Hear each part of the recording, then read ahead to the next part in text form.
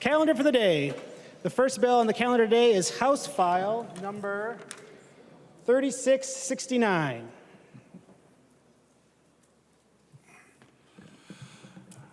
House File number 3669, number 2 on the calendar for the day, an act relating to taxation, the second engrossment.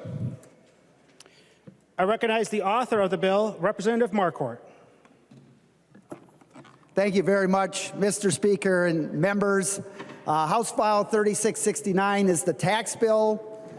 It is a strong bipartisan bill that will provide the largest property tax cut in over 20 years for homeowners and renters. And on top of that, it will make very meaningful and positive impact on our families and our seniors, and also help those workers and small businesses who were impacted the most by the pandemic. On top of that, the bill addresses some very important issues of our workforce shortage and affordable housing. And so, members, before I go into the details of what's in the tax bill, I'd like to offer some thank yous, because we know these efforts, these bills come together, and it's a team that puts it together. So I'd like to thank folks who had a big part in putting this bill together. I'd like to start with the House Public Information staff in Barry LaGrave, Chris Carpenter, Rob Hubbard. House Research, independent research. We are so blessed in this House of Representatives to have great research teams. They are Sean Williams, Chris Clayman, Jared Swanson, Justin Cope, and Alexandra Hagler. House Fiscal, Cynthia Templin and Catherine Schill. Our revisers, who put everything together, Evan Powell and Maureen Sandy. Our partisan staff on the Republican side, Kelly Canavati and Margaret Martine. And on the DFL side, Committee Legislative Administrator Ursula Griska. We have researchers Eric Peterson and Sean Haydorn. And our committee administrator, we know how important good committee administrators are. Polly Servanik is the committee administrator. Also, a big thank you to the Department of Revenue, Commissioner Doty. Not only do they put out a lot of revenue estimates and in a short period of time, but offer some great insight and input into the bill we're putting together. The Tax Committee. We all know that the Tax Committee is the premier committee of this august body. And so a huge thank you to the Tax Committee. It has been a true honor and a true joy to chair the Tax Committee, the members, their honor, their respect, the dignity in which they carry themselves in debate is very remarkable, and I am so appreciative of that. Special thanks to GOP lead Representative Davids. Representative Davids and I go back to 1991. We were both mayors, and we met at a mayor's conference. And I've been on the Tax Committee ever since with him in here. Representative Davids, thank you for your cooperation, your work, your high integrity. It's been a real honor to serve with you for 22 years.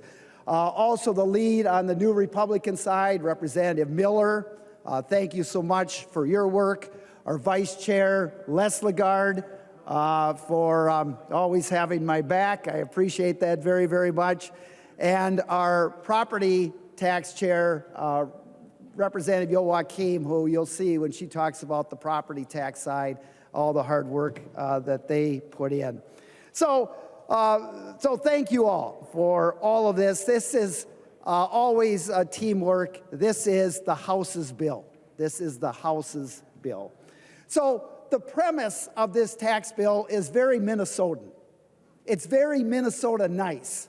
And what I mean by that is that think about neighbors in Minnesota. And if I see my neighbor building a new garage, I'll go over and say, you know, how can I be of the most help? Or you see a neighbor that has a challenge and you go over and say, how can I do the most good? That's what this tax bill does. It looks at our families, it looks at our seniors and say, how can we be of the most help with this tax bill? You know, we look at drastically cutting property taxes. How can we help? Look at workers and small businesses. How can we be of some good in helping you along? So this tax bill follows a very Minnesotan value type of thing. So I want to talk about, first of all, the major areas in the bill. And the first is working with families. This tax bill says to our families, we understand the joys of raising a family. We also understand the challenges. And one of the major premises of this bill is to cut down on rising costs. And we know that young families at this time of their stage of life probably are facing the highest bills they'll ever face. Childcare costs, student loan payments, mortgage or rent payments, property taxes. And so this bill really zeroes in on how can we reduce those costs. So the major item in here for families is the Great Start Child Care and Dependent Credit. Representative Katitza Watun championed that bill. But what it does, it recognizes that on the average, child care costs are about, in a center, about $16,000 a year, a family center about $9,000. What it says is, we are going to provide you with a $3,000 credit for any child under the age of 5, from birth through the age of 4. And for each child, so if you have 2 children in those ages, it'd be a $6,000 credit and up to $7,500 credit for 3 or more. We also increase the phase out, goes up to $125,000 income before it starts phasing out. But even at $150,000, you still get about $2,250 of credit. This will go out to 186,000 families. It's significant. So the Great Start credit and helping complement a lot of what you heard early on in our efforts to lower and make child care more affordable. Another thing that families face are trying to get out from the avalanche of student debt. And so this primarily triples the student loan debt from $500 to $1,400 and makes it refundable. Which means even if your tax liability isn't $1,400, you can still get that amount. That's going to go out to about 42,000 filers. The third thing we have for families is a one-time rebate. It's the Child Tax Credit Rebate. It's a check that would go out just like Governor Walz's checks would go out in the summer, early fall. This works the same way. It's just done a little differently into some different folks. This would go to any child under the age of 17, a one-time payment of $325 per child. Another thing we do, and this will go out to about 560,000 filers, an average of about $540 of a one-time credit. And that was, Representative Herr had the student loan credit, and we also, Representative Frazier has a K-12 education credit, which they can apply for. So I just listed 4 different things for families. So let me give you one example. Let me just give you one example of what this would mean. Let's take a family of 4, and they have one child who's 3 years of age, and let's say another child of 8. They make $125,000, and they live in a $425,000 home in the city of Plymouth. Because they have one child under 5, they get a $3,000 credit. They got 2 children under 17, they get $650 of a one-time rebate. And because of the changes you'll hear from Chair Joachim that we did for the Homestead Credit State Refund, they would get about $165 of increased Homestead Credit State Refund, which is about 3% of their property tax bill. That's over $3,800. And if you just take the $3,000 credit, that is a 54% income tax cut for that young family. 54% cut. So it is very significant. And of course, if you have 2 children under that age, it would be a $6,000 child care credit, which means just that $6,000, that is all of your tax liability. And on top of that, you get another $500. So let me talk about what this bill does for seniors, because we know that senior citizens on fixed incomes, anything you can do to reduce costs is going to help. And so what we do in this bill is we say we put significant cuts into your Social Security benefits. We make tax cuts to your Social Security benefits. And what we say, because right now, a lot of seniors, they're paying taxes, but they're not necessarily paying taxes on their Social Security, but it's complicated. It's a very complex formula. So we just say this: if your taxable income as a couple is $75,000 or less, not a dime of taxes on your Social Security benefits. And if you're single, $58,600 or less taxable income, not a dime on your Social Security benefits. Now, your total income, actually, because taxable income, the way the formula works, in reality, it's about a total income of $85,000, and you won't be paying anything on Social Security. And for a single, it's about $62,000. That's about $114 million of cuts. About 250,000 seniors will see an average cut of about $470. It's significant. But on top of that, we also, as I've talked to seniors, a very important thing for senior citizens is maintaining their independence. And how is that? It's being able to stay in their homes. So I've done a lot of door knocking over my time, see seniors, they've lived in that home for 40, 50, 60 years. They raised their family there. You know, they had the birthdays. They, ate around the table. They did wedding plans around that table. They raised their families in that home. And now they've got grandchildren. And if you're a grandparent, there's nothing sweeter than when they say, I'm going to Papa's house, or I'm going to Grandma's house. And over Christmas, and they're going to be arriving soon to your house, and you're standing by the door, and the car pulls into the driveway, and the parents let the grandkids out of the child seats, and they see you at the door, and they come running up to you, and as they get to you, you just give them a big hug. That is special. That is joy.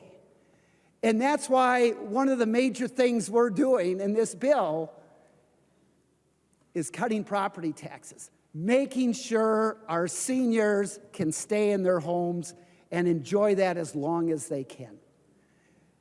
And so let me give you some examples for a senior citizen under House File 3669. If you are a couple and you're each making about $18,000 of Social Security, that's $36,000 between you, and you're making another $44,000 outside that, so your total income is $80,000, you won't pay anything on your Social Security benefits. And that tax cut is going to be about $848, about a 51% cut on your income.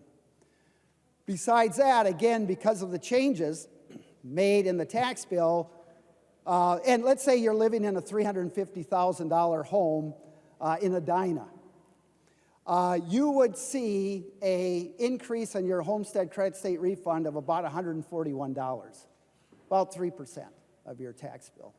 140. So it's a total of almost $1,000 between those two things of tax benefits in this bill. Let's say you're a single.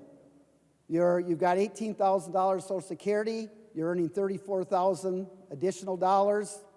That's $50,000. Again, you're not going to pay a dime on Social Security. It's going to be a tax cut of about $367, about 28% tax cut. And let's say you're renting a one-bedroom, $700 a month in Fergus Falls.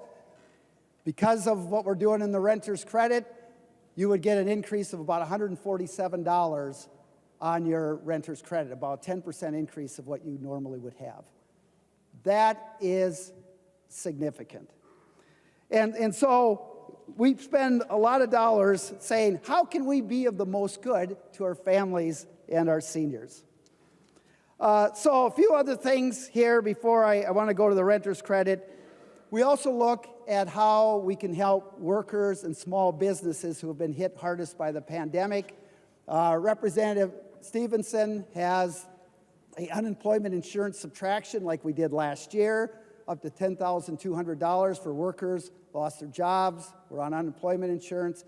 There's a subtraction there that's going to get to about 260,000 people with an average tax cut of about $604. For small businesses, we provide about $150 million of relief. Part of it is in Representative Abaje's county pandemic relief bill, $50 million to businesses that probably didn't see a lot of help from maybe some of the other proposals and other programs that they had. There's also about $75 million of cuts to businesses by getting kind of all the federal conformity done. We conform up to November 15th of 2021, and so that's a lot of your restaurant revitalization, your shuttered venue loans, all those type of things we're now conforming to. So it's about 6 federal bills we're finally going to catch up on. And one other thing that kind of was below the radar screen is that in the last couple years when businesses have received grants or forgivable loans from the state or through the county, those are taxable. So this bill says those won't be taxable. So we try to help out those businesses and individuals that were hit hard by the pandemic. Final thing I'm going to mention here before I turn it over to Chair Joachim is you have heard from people. In fact, your own value statements you're getting on your property taxes, statewide residential properties are going up 19%. Agricultural property values going up 15% statewide. Apartments going up 10%. Now, that doesn't necessarily mean your taxes are going to go up because that depends on the levy. But the fact that residential, agriculture, and apartments are going up faster than others, everything else being equal, they're going to see more of an increase than anyone else. And so that is why a major focus of this bill was to put over $250 million of direct, dollar for dollar, direct property tax cuts for homeowners and renters. Like I said, these are not shifts. These are direct dollars that go out to our property owners.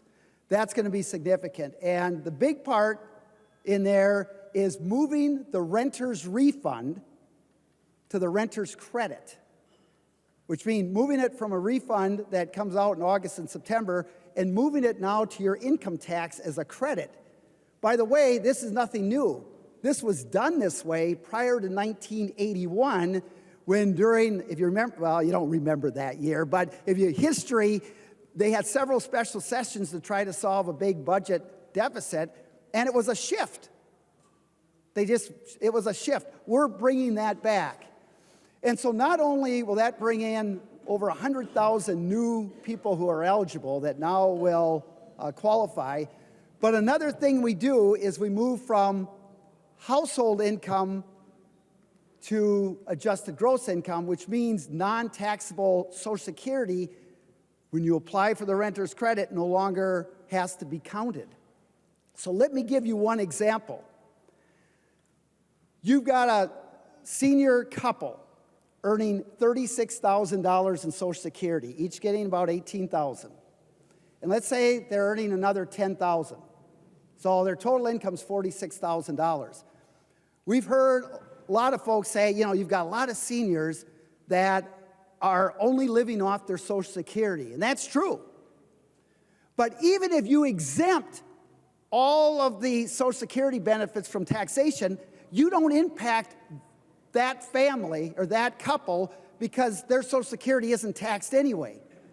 But this bill, because of moving from, in this case, what would be a $46,000 income down to about $10,000 on the renter's credit, will, depending on their rent, will actually increase their renter's credit by $900 to over $1,000. Think about that. These are the seniors that are living primarily off Social Security, and if you eliminate the tax on Social Security, they don't see one dime of benefit because they're already not paying any taxes on that. This would provide them with $900 to $1,000 if they're renting on this. That is huge. And so about 88,000 seniors would be impacted. This is big, and we know that about 30% of all those that are on the renter's credit are seniors, and in about, I think, 20 of the counties, it's 50% or more are seniors or those with disability. Finally, a few other points that we're addressing this bill is affordable housing. Representative Howard has been a champion in this area and others, but has a bill that would provide about $40 million a year to counties that would be distributed based on cost burden with housing. That's huge. He also has a provision that would provide $25 million of one-time funding for rental emergency assistance, which is huge. Representative Sandstead has a bill that addresses that polar vortex that hit for 5 or 6 days last February of 21 that would provide credits for customers who saw an increase in costs, but also help those 33 municipals that had to take out of reserves and so forth. We also have a sales tax exemption, Representative Swedzinski, this is for 2 years.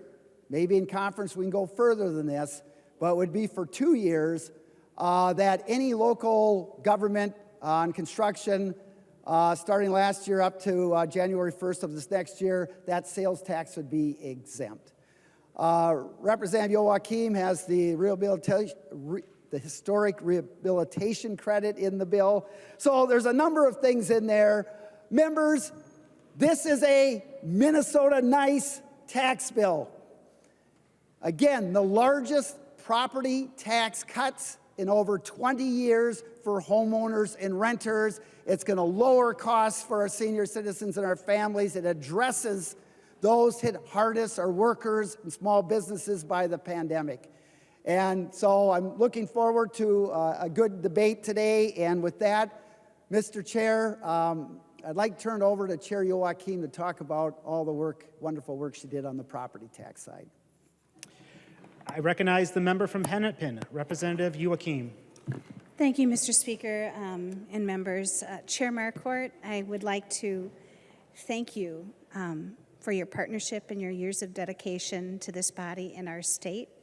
Your commitment to approaching tax policy with fairness and equity in mind, along with your ability to do math in your head, it will be absolutely desperately missed, as well as all the scenarios you can figure out on the just in a split second. So thank you so much.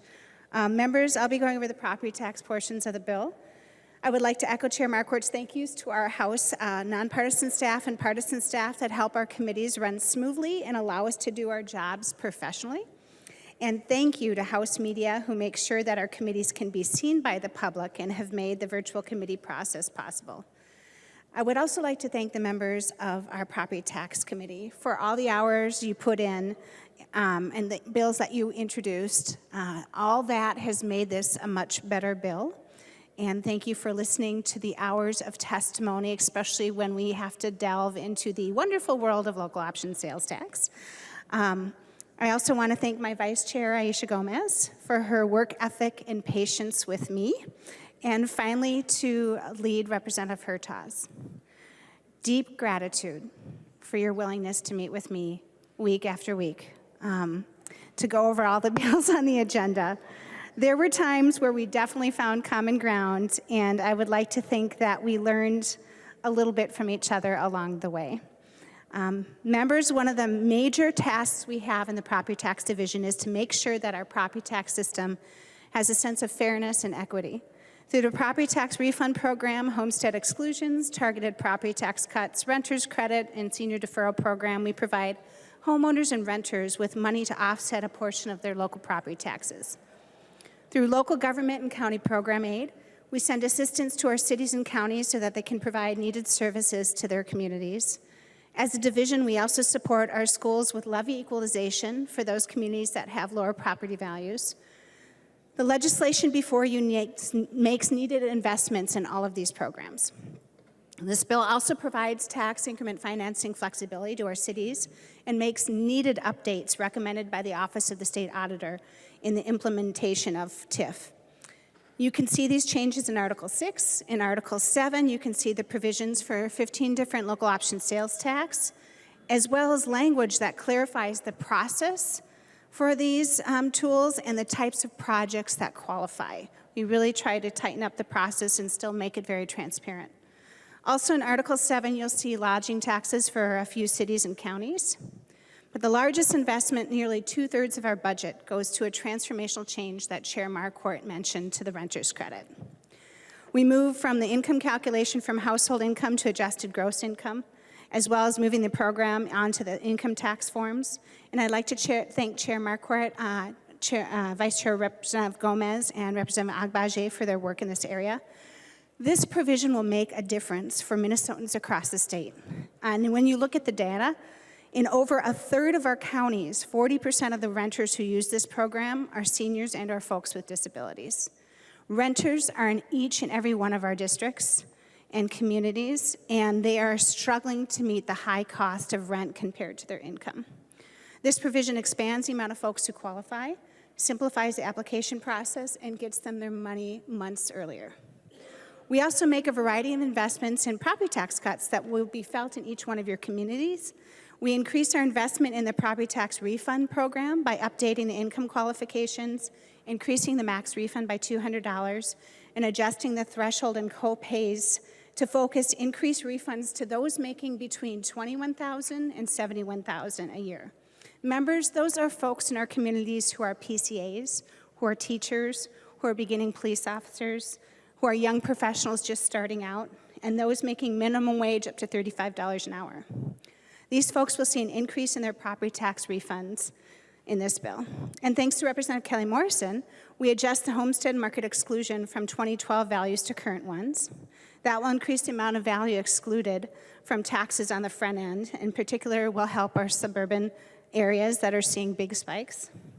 And with the bill from Representative Jess Hansen, we update the senior deferral program by increasing the threshold, income threshold from $60,000 to $96,000 and lowering the amount of years that you can qualify for it from 15 to 5. And members, this is really important because if we want folks to downsize as they age, we need to make sure that this tool is still available for our seniors over 65. By making that 5 to 5 years, that really helps.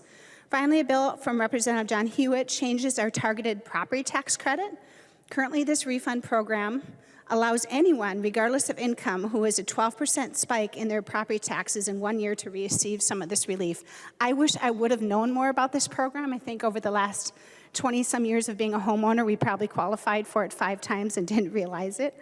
And the bill before you improves it. It moves that 12% to 10% and then changes the max refund from $1,000 to $2,000. So I hope that you help your constituents know that this is available. The renter's credit, coupled with the changes to our property tax refund programs, provide the largest property tax cut we've seen in 20 years. On top of that, we also provide a large investment in equalizing the first tier of the local option revenue for school districts across the state. In fact, 90% of our school districts will see an increase in their level of equalization, giving money back to taxpayers. I would like to thank Representative Hewitt and Representative Keeler for their work on this needed investment. You've all been emailed fiscal runs of your school districts. I encourage you to look at them. By investing more money in equalization, taxpayers across the state will see more money in their pockets. One of the provisions that I'm particularly proud of is the needed update that we make to the local government aid formula. Over the years, the LGA program evolved to what we have today, a program to provide state aid to property-poor municipalities so that they can provide basic city services. Services, and when I say property-poor, I mean cities that have a large percentage of their property that's not taxable. Services like city streets, sewer, clean water, and public safety. This aid is provided by a need-based formula that has also evolved over the years. In fact, about every 10 years, the formula needs to be adjusted to reflect current market values and the changing needs of their cities, and this was the 10-year mark. I would like to thank the stakeholders who represent communities from across the state that help with this necessary formula fix. Beginning in August, the League of Minnesota Cities, the Coalition of Greater Minnesota Cities, Small Cities, and Metro Cities worked alongside our nonpartisan staff to go through more than 40 different regression models to find that formula that accurately assesses a city's need. With this revamped formula and a 5% plus increase in funding, there are over a dozen cities that will receive LGA that had previously dropped off the formula, and other cities that will see an improved allocation. We had just enough money in it to make sure that almost everyone's city is held harmless. I hope to see a larger investment in this area as we come back from conference committee, and you also have received their fiscal runs for the new formula, and I encourage you to look at how this investment will affect your cities. We also provide an increase in county program aid in this bill. There's a spreadsheet that has also been mailed to you to show this additional investment in CPA and how it'll affect your counties, and once again, I hope we can put a little bit more money into that in conference committee. So with that, Mr. Speaker and members, those are kind of the highlights. There's more in there, but the highlights of the property tax portion of the bill, and I will stand for questions.